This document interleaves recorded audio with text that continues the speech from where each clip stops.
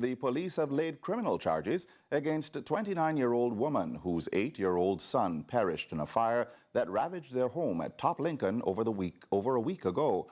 Sherone McDonald, otherwise called Tash, has been charged with child neglect in connection with the death of her son Jahmiel Richardson, a grade 3 student at the Peggy All-Age School in Grange Hill.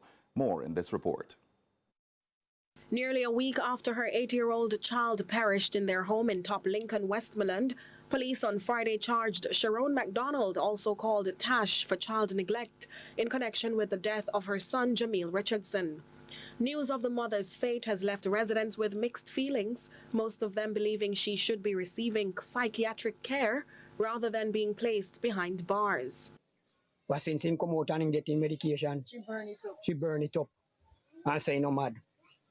And she did the hospital a couple days. So the time them having down a station, you know, take her to the hospital. Why the paper down there for him? Here. She was around 4 days since he come out from the hospital.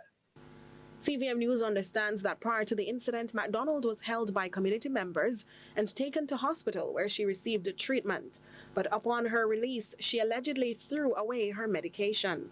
Reports are that at about 11 on the fateful night, McDonald was seen burning items of clothing and shouting allegations that she was being the target of witchcraft. Minutes later, locals discovered the house on fire and heard the child crying out for help.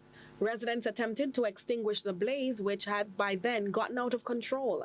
They contacted the fire department, but on their arrival, they could only manage cooling down operation as the house and its contents were already destroyed. A search of the rubble led to the discovery of Jahmiel's charred body.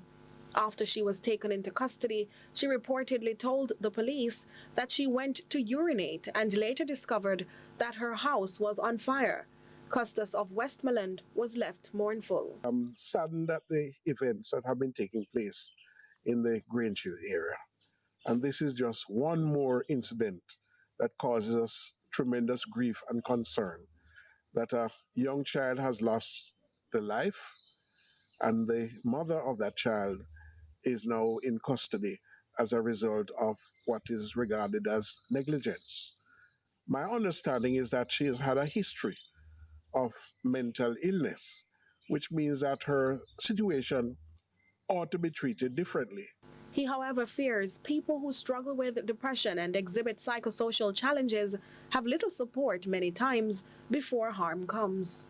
In a well-ordered and civilized society, there ought to be steps taken to identify persons in that degree of crisis and seek to help them so that things that happen in terms of her being taken into custody and her house, there are some who feel that she was responsible and culpable for the burning of the house and her child in it. Persons in that condition could have been rescued had we taken the proactive decision of treating with persons who have mental illness and who are having social problems psychologically.